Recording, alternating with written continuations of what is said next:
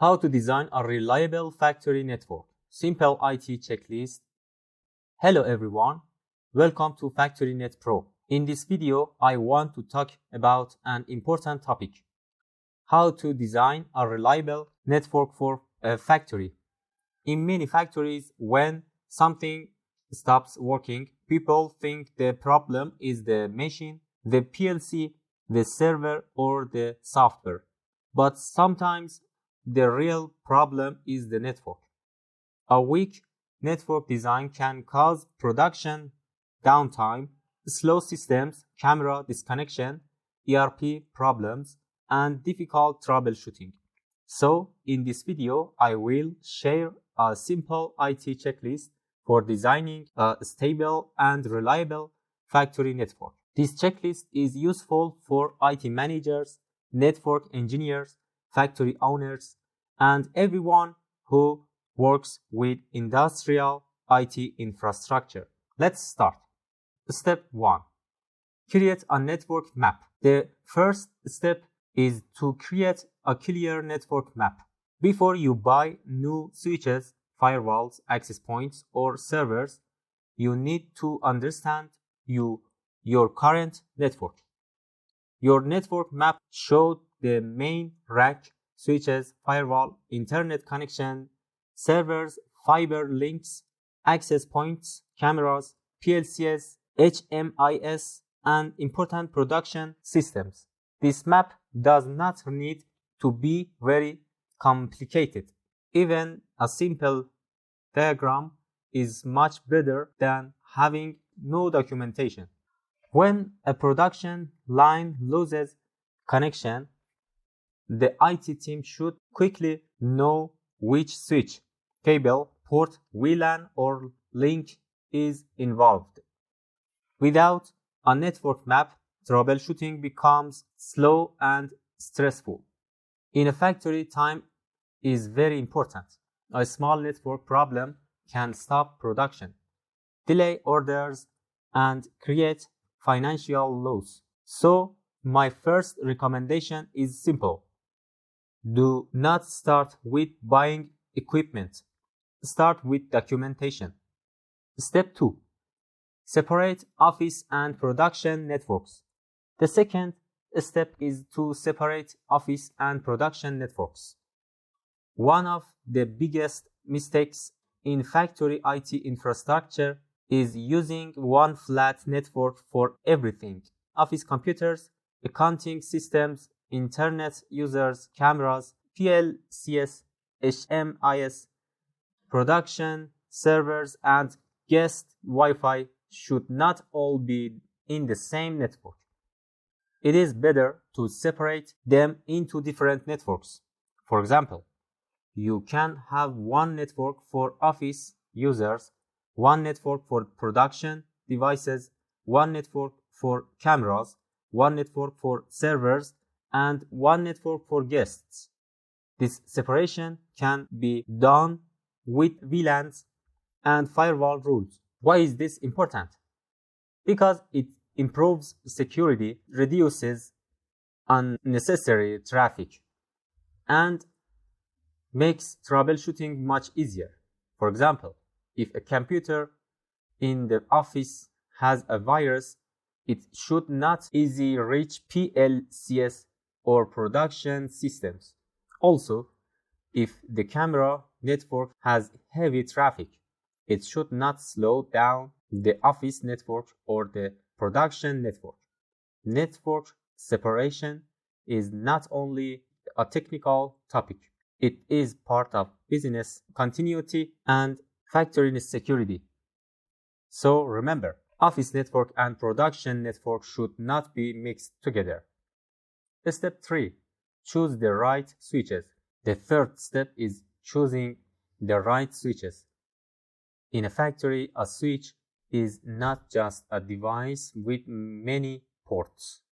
You should choose switches based on the environment, the traffic, and the network design. Before buying a switch, ask these questions. Do I need a managed switch? Do I need VLAN support?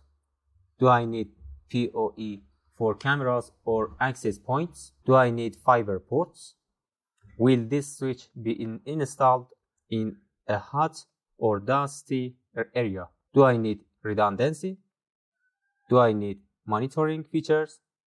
For office areas, a normal managed switch may be enough, but for production areas, you may need a more reliable switch, and in some cases, an industrial switch. Factory environments can have heat, dust, vibration, electrical noise, and unstable power. A cheap switch can become an expensive problem if it stops production. So, do not only look at the number of ports, look at reliability, management, features, environment, power, and support.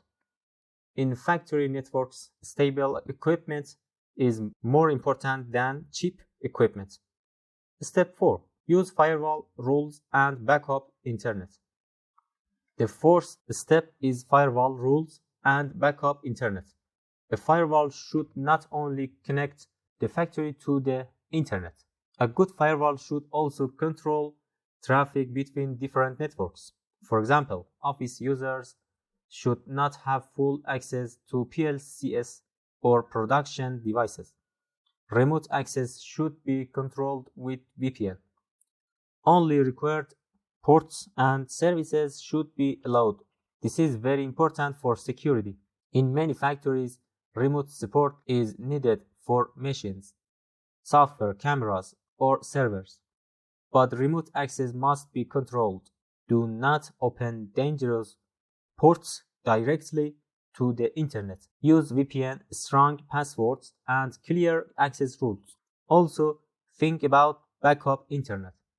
If your factory depends on ERP, cloud services, VPN, remote support, online monitoring, or communication with other branches, internet downtime can become a serious problem.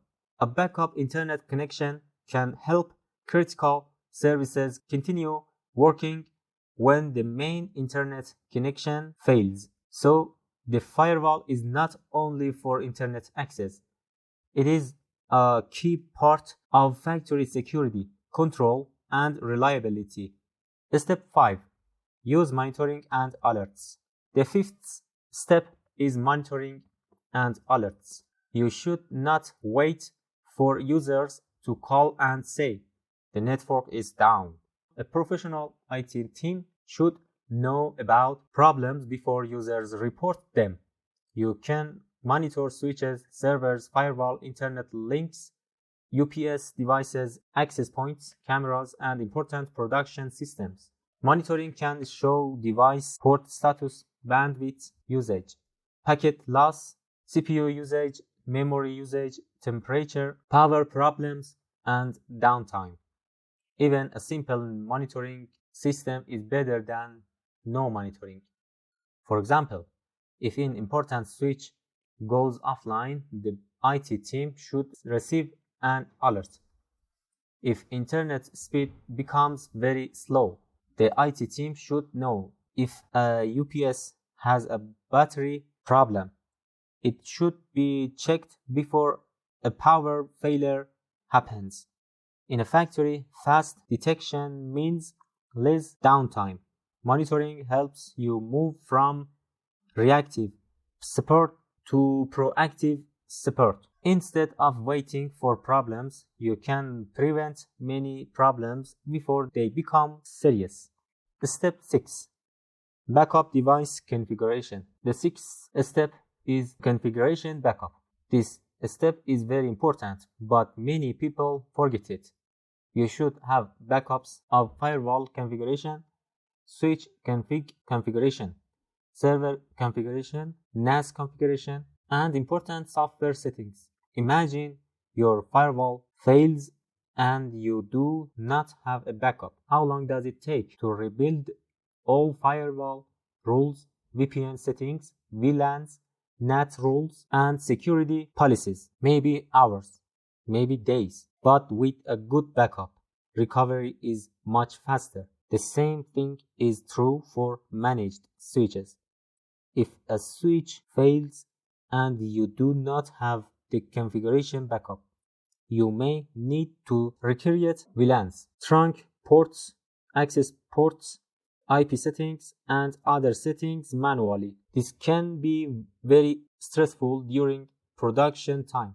So configuration backup is not optional. It is part of professional IT infrastructure. My recommendation is simple. After every important change, take a backup, store backups in a safe place, and make sure more than one trusted person knows where the backups are. Now let's review the checklist. Number 1. Create a clear network map. Number 2.